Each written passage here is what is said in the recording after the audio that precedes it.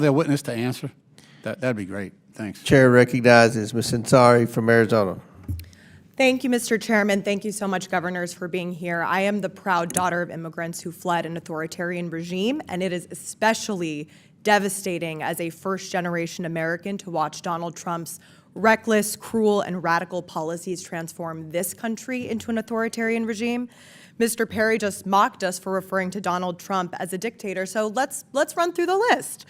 Donald Trump has, since he was inaugurated, pardoned violent January 6 insurrectionists. Dictator. Defied Supreme Court orders and attacked the judiciary. Dictator. Unilaterally abolished congressionally chartered federal agencies. Dictator. Attacked the free press.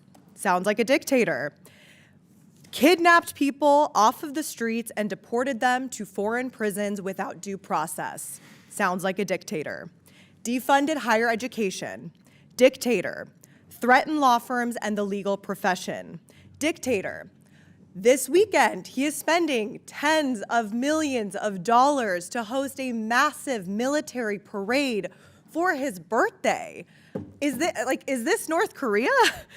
On top of all of that, our twice impeached president with a 34-count convicted felony president who is not a king has deployed the active duty military in American cities, and he has spent $134 million to do so.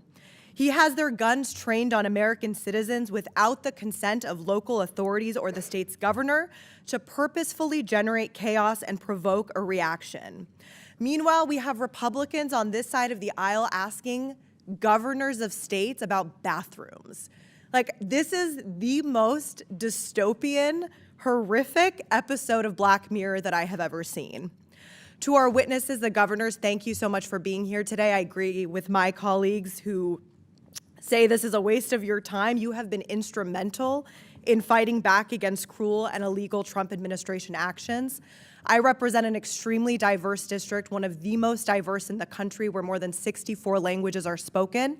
I can tell you that the actions of this administration towards immigrants and immigrant communities is a blatant abuse of power, but more importantly, these steps are harming our economy and our national security. So I want to ask you a little bit about that. Governor Walz, can you share the ways in which immigrants contribute economically to your state? Well, thank you, Congresswoman. Well, there's no aspect in Minnesota life that they're not involved, whether it's economically in the impact that they make, whether it's involved in the arts and the culture that Minnesota is very proud of, whether they're in higher professions, medical students, engineers. And Minnesota is proud to have an immigrant heritage. We set on the land of the Dakota and the Anishinaabe, and all the rest of us came through via immigration. And so the impact is widespread. It's intertwined. It may have been the Norwegians and the Swedes, then the Hmongs and the Somalis, but it's the same story, coming to America for a chance to start and then contribute to a better state. Thank you so much, Governor Walz. And in fact, according to the American Community Survey, immigrants paid $382 billion in federal taxes and $196.3 billion in state and local taxes in 2022. Undocumented immigrants using individual tax identification numbers paid $59.4 billion in federal and $13.6 billion in state and local taxes in 2022. Governor Pritzker, you recently called immigrants the anchors of their communities. How does Donald Trump's mass deportation project harm the security of your state and instill fear throughout Illinois communities?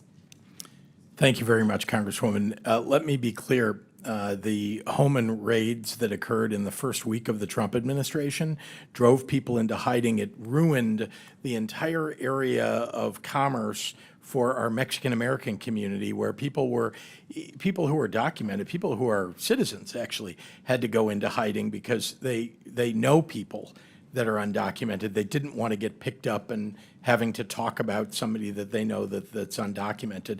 You could see it was a ghost town. It was a ghost town.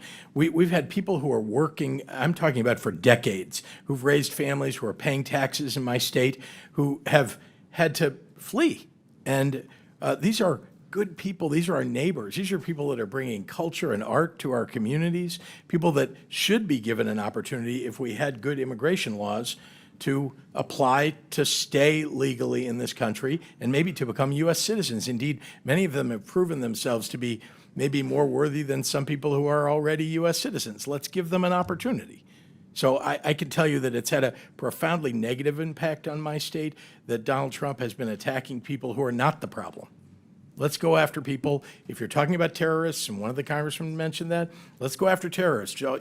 Let us know who they are. We will go arrest a terrorist any day of the week, every day of the week. Governor Hochul, if you could also answer. I'm very proud to represent the state that has the Statue of Liberty in our harbor.